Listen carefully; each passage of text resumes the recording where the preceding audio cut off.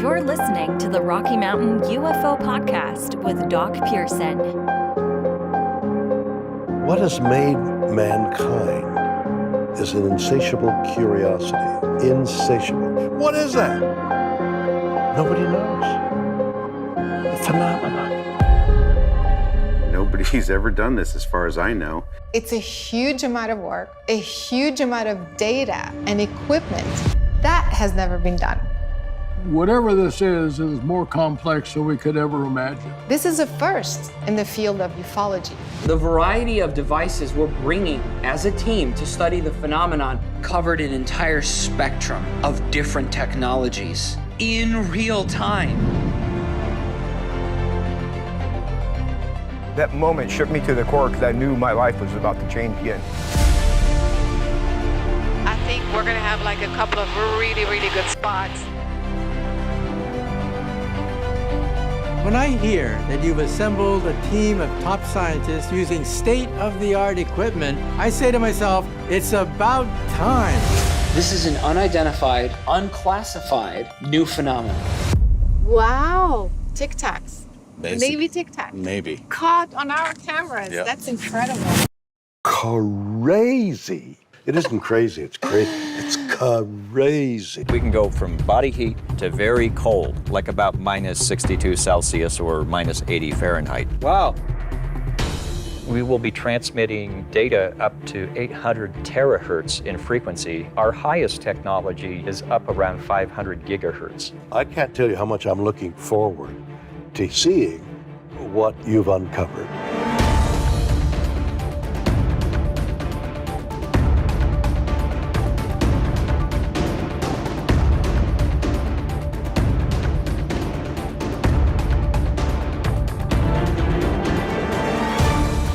We're triangulating and converging at 2 points, the same object. It's fading. It's gone. It's friggin' gone. Saw something over Catalina. We need you up here. We could be heading towards the biggest "see I told you so" in history. That's what we need, the smoking gun that'll clinch it. That once and for all will settle the debate. No ifs, ands, or buts. And in the process, rewrite all of human history. Oh my God, you guys. Is this the wormhole? It's insane.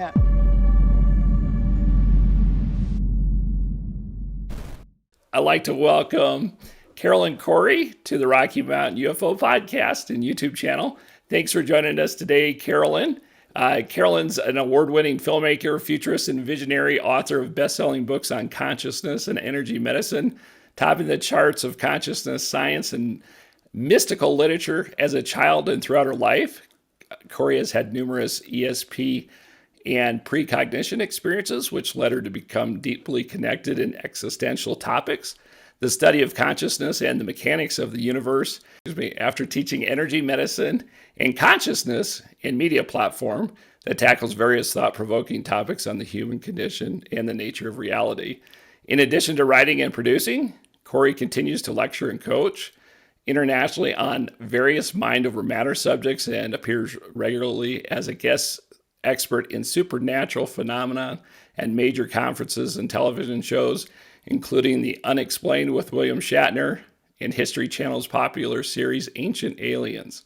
Among several recent accomplishments, Cory's latest film, Among Us, has won 9 film awards and 2 nominations at various festivals around the globe. Today we're going to be talking about Cory's latest film, which is titled A Tear in the Sky, in just a moment. But first of all, Cory, I'd like to talk to you about kind of your history, how you got involved in this phenomena, how you got involved in filmmaking. You've got a really interesting backstory. So I think it'd be fun for our listeners to hear about that.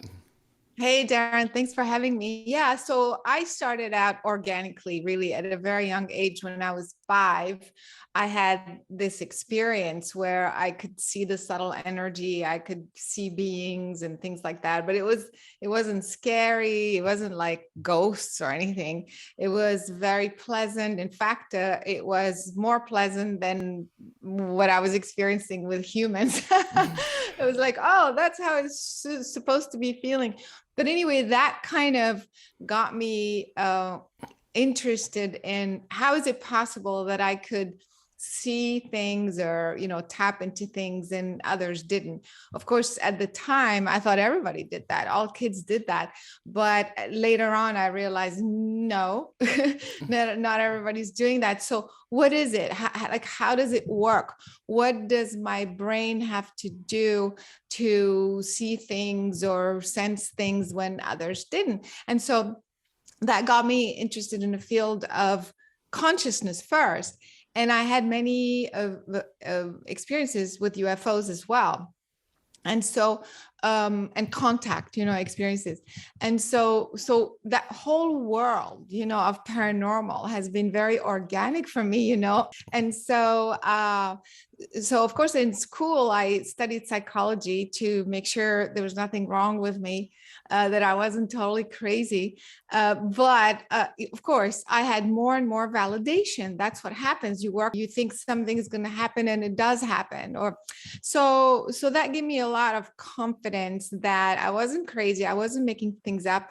And meeting so many people from around the world, who had similar experiences. It's like, is it possible that we're all crazy? Even if millions of people were crazy, that by itself should be important enough as a phenomenon to study. You know what I mean? Right. So that's been my fascination and my, so I developed methodologies, for expanding the consciousness, energy medicine, working on the body energetically and things like that. And eventually, because of all the validations, I thought, wait, this needs to go more mainstream. I mean, the fact that mainstream science doesn't understand it all doesn't mean it's not real. It just means that they haven't gotten there. They, they only know a percentage of the brain. They only know 5% of the universe.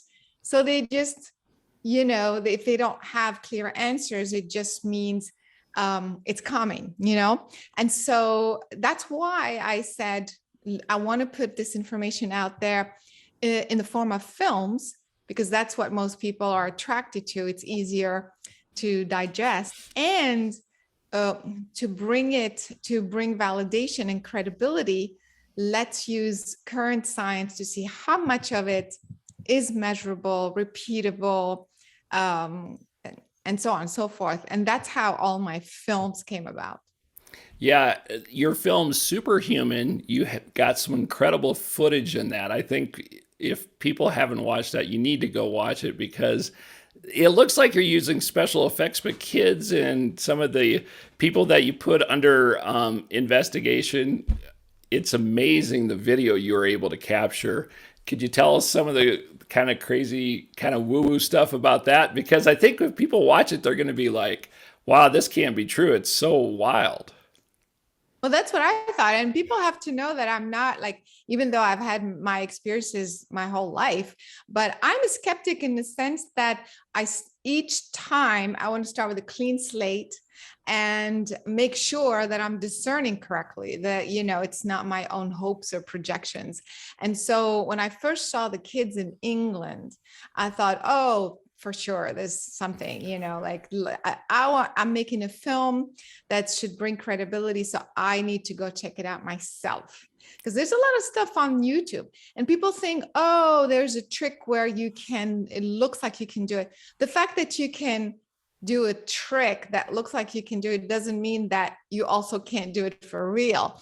So basically, I went to London because I was in Europe at the time also, and I saw the kids myself. I would,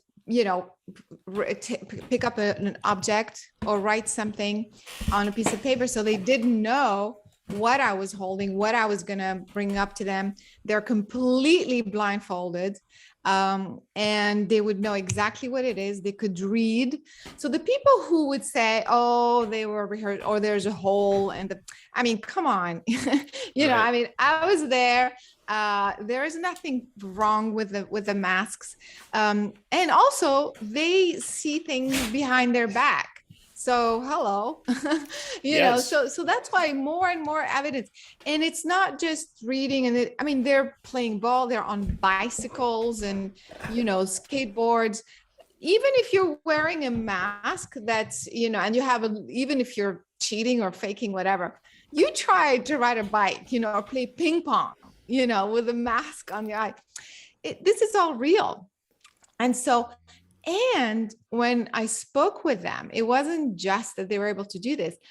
They spoke like evolved beings. You see, like you start to see the whole package. It's not a trick. It's something that's happening in their consciousness that's making them so much more aware. They talk about past lives. They talk about, it's not, you can tell when a kid is using their imagination and faking, and you can tell when they're speaking from memory. And so it's just fascinating. And so because of that, I was like, okay, if these kids can do it, who else can do it? And so I, investigated other groups, and sure enough, there's groups all over the world who do this sort of training. And to me, that was so mind-blowing, because this tells us that if you are able to basically reprogram your brain to see without your eyes, what else could you do? And again, it's demonstrated. You're holding stuff behind their head, behind their back. How does that work? So that's why, to me, this film, Superhuman, everybody should see that film. It's crazy. Is so empowering and so mind-blowing to think that we are capable of doing something like this.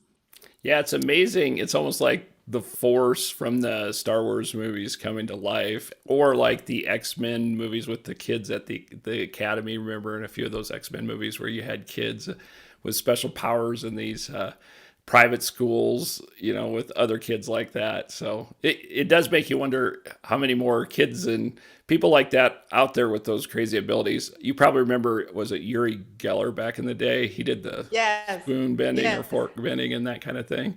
Kind of reminds me of that too, where you had people like that did some wild things, and you could, people would observe them and film them, and they couldn't really explain it. So yeah. And sometimes, like, people don't realize this is very subjective. So in other words, it has a lot to do with the state of being. So some days, and that's the reason why a lot of scientists dismiss it, because they want repeatable results, like the same thing every single day from everyone. And it doesn't really work this way. In fact, the blindfold thing, all the groups that I've discovered around the world, they have different techniques. They use different methods. They don't use the same method, but yet arrive to the same conclusion, the same result, which is to be able to see with the blindfolds. And so that tells you that it's not a specific mechanical thing. I mean, it is a mechanical thing, but how you get there has to do with you. And so so you, meaning the way you meditate, the way you focus, the way you set your intent, all of that subjective stuff. And science doesn't like that. It's like, what? It's like, right. And so that's the reason why some days you're going to, do telekinesis and make the thing, revolve, kind of go crazy, even at a distance, even in a vacuum. You can do that. But the next day, you're in a different state of consciousness, and maybe you'll do a little bit, or it doesn't work, but then it works again. So that's what we're dealing with here, is like the science of consciousness and the mechanics of it is a whole different world to try to apply the Newtonian laws, for example, to explain something like this. It just doesn't work. Right. You have to really, yeah. That totally makes sense, because you have an athlete, say a basketball player, that could shoot 20 free throws in a row on one day and the next day not make any, right? They talk about, like a golfer getting the yips, if you're golfing, a great golfer all of a sudden can't hit the ball at all. So exactly. Same thing, How is that possible? Your mind. Yeah. Right. So that makes total sense to me, what you're saying. Exactly. And so, but, and some skeptics are going to pick on the one day where you didn't hit the ball and say, oh, blah, blah, blah. Well, no, wait a minute. If you hit the ball, not hit the ball, but if you're able to read behind the head or whatever, only once, Right. That's good enough evidence that you're breaking the laws of the universe. I mean, of physics, or you know what I mean? Like, yeah, for you sure. shouldn't be able to do it ever.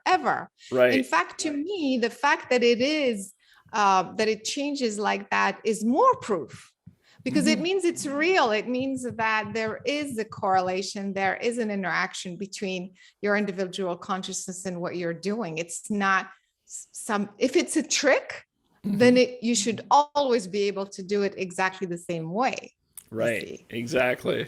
I remember back when I was in college, they used to have a hypnosis that would come and do a presentation or speak in front of a giant crowd, and he would pull somebody out of the audience and do that same thing where he would make the person standing in front of him invisible, and the person that he brought up and hypnotized on stage could see through what was on the other side. And everybody's like, how did they do that? Because they were kids we knew in college. It wasn't like somebody that was set up ahead of time. So it's the same example of what you're talking about. So it's crazy. I'm sure you're blown away when you were filming that movie. Yeah, totally. I mean, and also in that film, like, we invited people who had nothing to do with any of this, and we literally trained them to do telekinesis, for example. They've never done it before, so like they got a crash course or remote viewing crash course in 2 hours. Just like, okay, just do this, meditate this way, focus that way. And we were filming live, so there's no tricks, there's no cutting, there's no editing, and the person is able to, you in the movie, you go through what they're going through and how they find a way to adjust to what they're supposed to be doing, even though they've never done it before.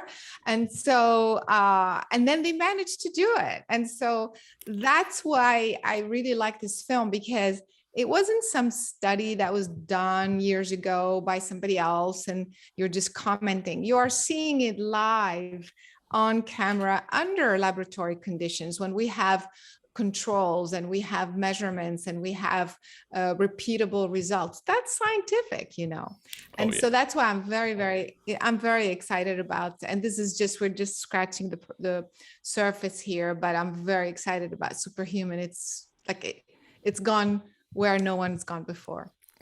That's awesome. The movie Men Who Stare at Goats with George Clooney. That movie was based, I think, on Hal Puthoff and his remote viewing over at Xerox Spark, I think, is where they kind of did that, or they started to develop that. And then Major Ed Dames has made a pretty good career off of teaching people how to do remote viewing, and he has classes and everything like that. So there are tons, I would say millions of people that have probably had things come through that definitely verifies what you've caught on film. So it's pretty amazing. It's probably, 100 years from now, they'll probably have it figured out. But right now it's really exciting to see more and more people get into this, right? Yeah, for sure. It's actually got a great impact, because I still get all these emails and messages from people like, oh my God, I'm so empowered and I changed my life, and people from all over, and I'm talking not people necessarily that we think, are in the new age thing. No, I get judges, mayors, lawyers, people that you would think. And in fact, they tell me I wasn't into this, but I stumbled on your film and it started to remind me that, I saw this and I did that. So it's very interesting what this film is doing. So no, it's awesome. We'll put a link to the film in our show notes so people can get to it, because it's just amazing. I just wanted to mention that during this interview because I was really impressed with that film, and you did a great job with it. You had mentioned Where No Man Has Gone Before, so that's a perfect segue into talking about William Shatner and the unexplained, and he's also the narrator of your new film, A Tear in the Sky. He does an amazing job. How was it to work with William Shatner? He's not the narrator. He's actually a guest star, special guest in the film. Oh, okay. Yeah. I'm more of the host, actually, more of the narrator, not narrate. Yeah. Sort of leading the story. But so what happened in this new film, A Tear in the Sky, what I wanted to do is a little bit the same as what I've done with Superhuman in terms of UFOs. Okay. So, let's not rehash the whole conversation, the government this and they're lying. What is the solution? What can we do? We need to collect data. And so, again, instead of analyzing other people's footage, I set out to create from scratch in an expedition with a scientific team to see how would we go about it scientifically to prove that these are anomalous events, that it's not crazy, we're not crazy, that there is something going on. So we set up this expedition.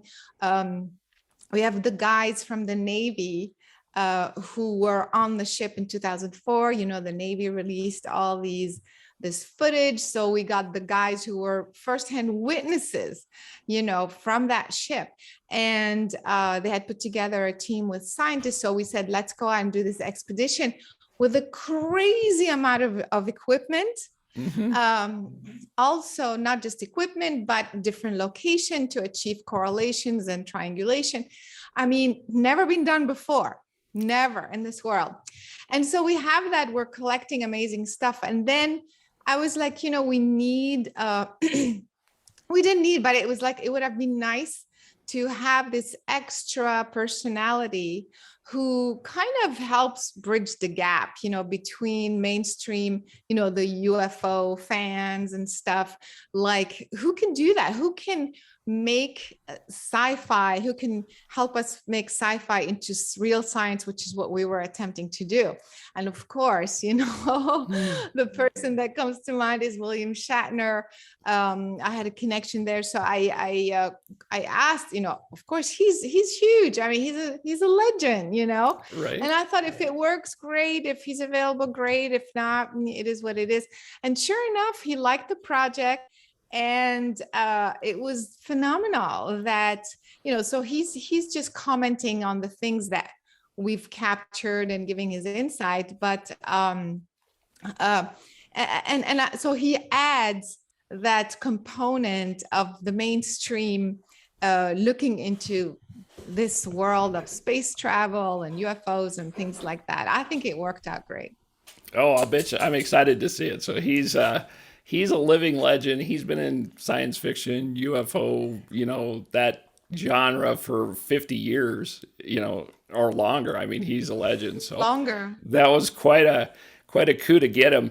Can you talk about, I was looking at the cast and it's just amazing the people that you were able to put together. Can you talk a little bit about some of the other guests that people are going to get to see in the film? Yeah. So the first person that caught my attention was Kevin Day, because he was one of the direct witnesses of the 2004 Nimitz encounter. He was the radar guy who saw it on his radar first. And so I spoke with him and we had a great conversation. And he said that he had put a team together, with scientists. And so he also had kind of a similar hope and dream to go out and see, can we get any sort of evidence of what we've seen, in 2004. And so he had a couple of scientists on board and he teamed up with, some of his shipmates. And so when we spoke, I thought, oh, well, these guys want to do the same thing. So why don't I, kind of see if we can team up and go out and do this from scratch. So we decided it has to be scientific. It has to be kind of something that no one's ever done before. One person on the team, David Mason, had a huge amount of equipment. I mean, crazy. I mean, you saw in the trailer, and people will see that more in the film, the technology, the inventions that he had. That was a blessing because he literally donated, hundreds of thousands of dollars worth of equipment for us to use. And so it was like a perfect combination of having the Navy guys, the scientists, and David Mason's and this sort of equipment. I mean, to me, it was a no-brainer. I mean, that's what we should be doing. And so we go out for 5 days. Mm-hmm. I mean, what are the odds that we're going to capture something? I was like, please, like just let us have one thing. Oh my God, Darren, we ended up capturing amazing stuff, like crazy stuff, way beyond. The stuff that you see on YouTube is nothing compared with some of the stuff that we've captured now. And then we captured throughout multiple instruments from different angles. That's crazy. That's wild. So I'm sure people are wondering, where did you get the title "A Terror in the Sky"? Because it's an awesome title. But so I know it's a teaser probably for what we're going to see, but I love the title of the film. It's so funny, but everybody asks me that question. And I had this thought like 2 years ago, because of my personal experiences, I feel that our space is not random. I feel that there's a sort of pattern, there's sort of a geometric alignment with the planet itself and within the planetary system. And I see it as a network, as a grid. And I see it as there specific points that are like hotspots or hub points that allows you to be in, like, to kind of cross over from somewhere into our space-time and then back somewhere else. They're kind of like miniature black holes, wormholes. And so I see them everywhere. And so I've always had that, to me, that sort of, reality, the fabric of reality explains a lot. It explains how we see UFOs appear and disappear, how we see beings or how we communicate, how space travel should be, that it should be through wormholes and not, through a propulsion system, like going in a linear fashion, So I've always believed in this, and I look at them as openings in the sky. So of course, opening is not very sexy word, for a film title. And so I've always, so to me, that is what I want to discover. I want to talk about, I want to like know more about. And so I made this title, and sure enough, at the end of the film, I mean, people are going to have to see that for themselves. I mean, we record some crazy anomaly that nobody can figure out. It's in the film. People will see how we went about it.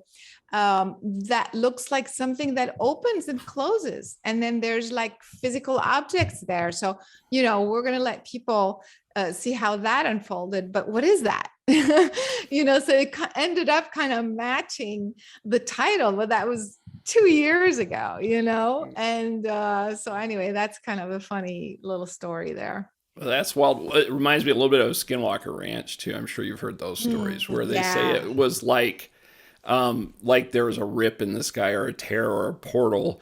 Crazy things would come in and out, and it seemed very intelligent. Also, like it wasn't random. Like something was controlling it.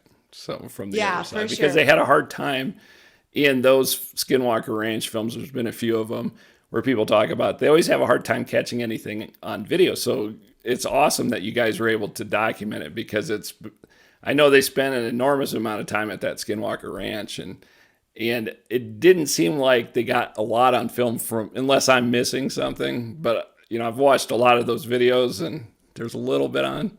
But I'm excited to see what you guys get. So you might have to do a part 2 at that Skinwalker Ranch. Oh, for sure. But I think the next season coming up, they have a little bit more things on camera. If I understand correctly, I mean, they're also, I think, opening in May sometime, the next season. So we'll see what that is. But they haven't been able to actually like see, or sometimes it's like a little thing, but then what is that? Yeah. So it's on History Channel. And then it's season 3 now that's opening, that's starting in May. Oh, okay. So they'll probably be calling you to Hopefully they can. So I heard that they got more on tape this time. So we'll see what that is. Yeah, that'll be exciting to see for sure. Yeah. But we already got it, and we already filmed it, and we already, I mean, it's pretty insane. Yeah, you guys are first, so I'm sure there'll be a lot of copycats after you do it, right? So, I don't know if you can mention this, but I was wondering, what is the craziest thing that happened to you personally when you were making this film or in the process of making this film? I hear a lot of crazy stories when people make films like this, that just weird things happen that are unexplained. Did you have any kind of personal experience that was like, this is pretty wild? Well, I mean, couple of things, but one is, for example, some things would stop working, in the middle. I mean, we've heard a lot of that, but it was we had everything time-stamped. So, and we have so much equipment from, spectrum analyzers to cameras to FLIRs to, all sorts of radiation detectors, all sorts of stuff. And so we would have everything work perfectly for one thing, but then like the things that we wanted to work like would break down exactly like a minute before, and it was odd. You'll see that in the movie, but it was in the middle of the night. So like nobody was there. The power goes out exactly on those two breakers and nothing else, just weird things like that, where we have two cameras pointing at the same thing. One can see it and the other one doesn't. Okay. Well, like what, right. Things like that. So we did have those crazy moments. I tried to focus. Some of it shows in the film. But another personal thing is, like from the beginning, I was like, before filming, I was, kind of doing my thing, like, oh my God, this is like so much investment and time and effort and money. Like, what if nothing happens? And I was like, I'm not going to let that happen. So I was like, kind of doing my meditation, right, this and that. And somehow I knew, like, I kept kind of seeing July 14, it starts July. So we planned the expedition around that. And sure enough, the first sighting was on July 14th. And wow. So I kept kind of. So things like that, this is more of a personal level, that things would happen. That was kind of cool. Do you think it's a combination, or do you have a certain feeling that it's, alternate reality or something like that? I don't know. I'm just curious what your thoughts are from spending so much time on this topic. Yeah, I think it's a multitude of things. It's not one thing. One thing is definitely human technology. I mean, there's no question in my mind. Some of this stuff, especially the drone type things, I think is human made. Now, who and what, that gets like all the politics and who's going to say it's black ops or black projects or whatever. But I'm very confident that that's part of it. But there are other types of phenomena that are atmospheric also, that we haven't looked into, that we don't quite understand. So there's that was an additional thing to my thinking, because originally it was more, okay, it's human and then there is alien technology. But I think some of it is somewhere in between, and it's the way the fabric of space-time, how plasma could appear as doing one thing and then it could behave a certain way, and we just don't understand that dynamic quite yet. So I feel that that is new, that I felt came out of making this film. And I'm 1,000% sure there is some sort of extraterrestrial visitation as well, because I've had too many like direct experiences. And I know, for example, I can tell you a quick one. One time, it was right above my house, and I saw these 3 balls of light that were kind of like bouncing off of each other like that. So I was like, at the first thing was like, is that what it is? Am I making this up? Well, maybe these are searchlights, because it was Labor Day. And I was like, no, that can't be, because searchlights wouldn't be, they would be like doing this, you know? And so I was like, okay, you know, because I didn't want to like just right away, you know?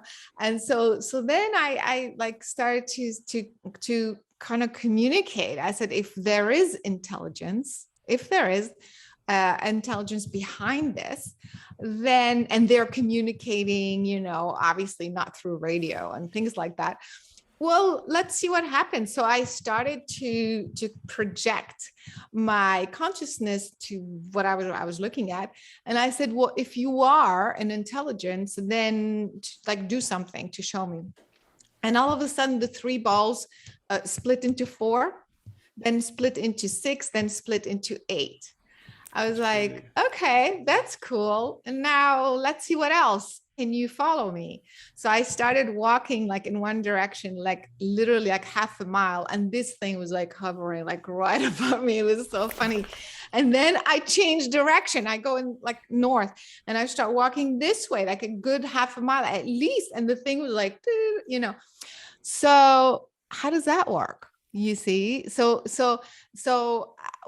whether it's a human technology, but with something, you know, beyond science that allows this sort of communication, I don't know. I have a feeling it felt like a kind of like a craft of some sort that's intelligently, obviously maneuvered, that felt from another planet or another kind of,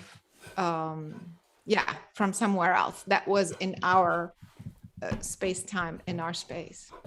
So the idea, if this is an atmospheric thing, then it wouldn't be intelligently, you know, navigated. You know what I mean? It wouldn't be operated by an intelligence. You know what I mean? It would just be some sort of cloud, I don't know, whatever, plasma thing, something doing crazy stuff. And so that's where you're like, okay. And if these are humans, you know, and that have that sort of technology, well, the technology is definitely not of this earth, because obviously look at our science. I mean, it's very primitive compared with what we're talking about.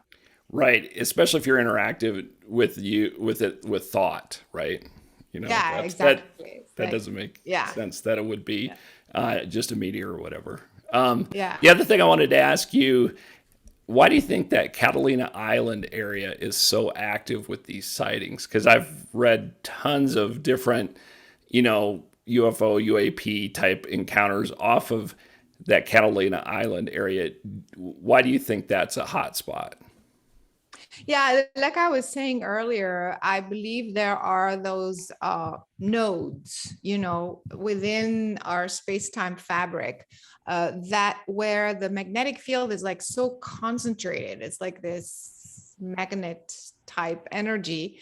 And what happens is, if a craft would use that magnetism to kind of navigate, you know, so if they have an anti-gravity type propulsion system, when you are in these nodes, of course, that's my theory, you know, it's like, you know, when you are in these nodes, then you can propel, like you can be in other places instantaneously, and also kind of wrap that field around you so that light is bending. My friend explained it to me the other day, but that's kind of what I was thinking, that it would bend it so suddenly it would appear and then it would disappear. And so because of that, I feel like, okay, where are these nodes? And, you know, they look like miniature black holes or wormholes or whatever. And so one of them, I believe, is over the Catalina Channel. And if you go back in history, I mean, since the 1960s, it's been recorded. There's so much that has been observed there, underwater, above water. And also, as you know, the Navy, the 2004 Nimitz encounter in that area, and then subsequently the USS Omaha, the USS Kidd, all in the same area. So there is something that's allowing that sort of, anomalies to happen. And it has to do with, to me, with the magnetic field creating these nodes. So that's the reason why I think it's like we keep going there. When you ask a scientist, is it possible, like, why are they in those particular area? They say, oh, because these areas, most people, like, it's more condensed, like it's more, there's a lot of people there. Therefore, there's a lot of people reporting UFOs. But I don't really agree, because I know of areas in Utah was like nobody, and, and there's a lot of activity there. And so almost on a regular basis. So, I believe in my theory, obviously, that there are specific nodes, specific hotspots, like you're saying. Yeah, that makes sense. Coming up for Carolyn Corey, what do you have coming up in the future that you can tell your fans about that we can look forward to? Well, right now I'm so focused on this film, and I'm still blown away myself with the things that we were able to record, on camera, again, creating all these correlations. So of course we're going to build on that. I already have ideas. Oh my God, if we were able to do this in 5 days, with this movie, now we should be doing that. So I have a few kind of follow-up projects, kind of along the same line, but that will build on, science and of the paranormal, if there is such a thing. And so it's very exciting. I'm always on the go. There's always something else coming up. So people should but right now I'm so excited. People really should watch Terror in the Sky to get this additional perspective. And I think they will also kind of open up to new thoughts and ideas about this phenomenon. Well, that's amazing. Well, thank you very much for being on the show today, Carolyn. Well, thanks so much for having me. That was awesome.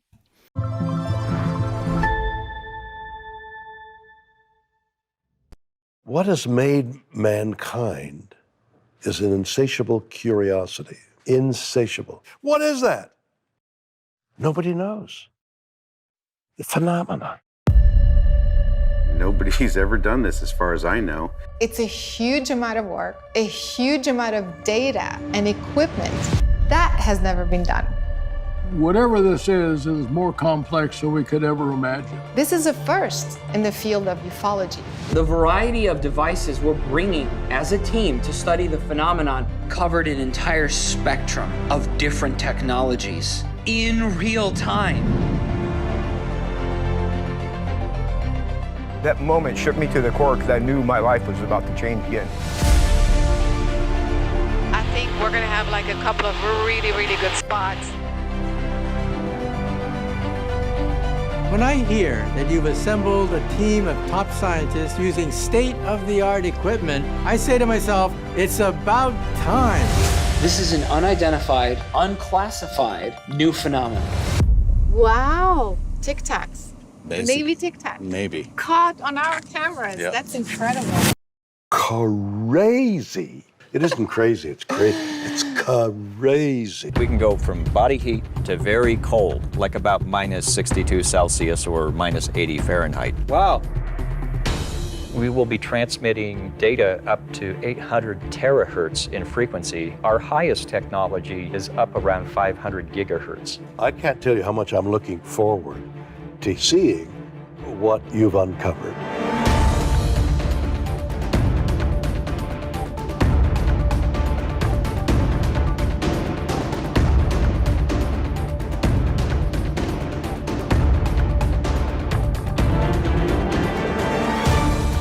We're triangulating and converging at 2 points, the same object. It's fading. It's gone. It's gone. It's friggin' gone. Saw something over Catalina. We need you up here. We could be heading towards the biggest "see I told you so" in history.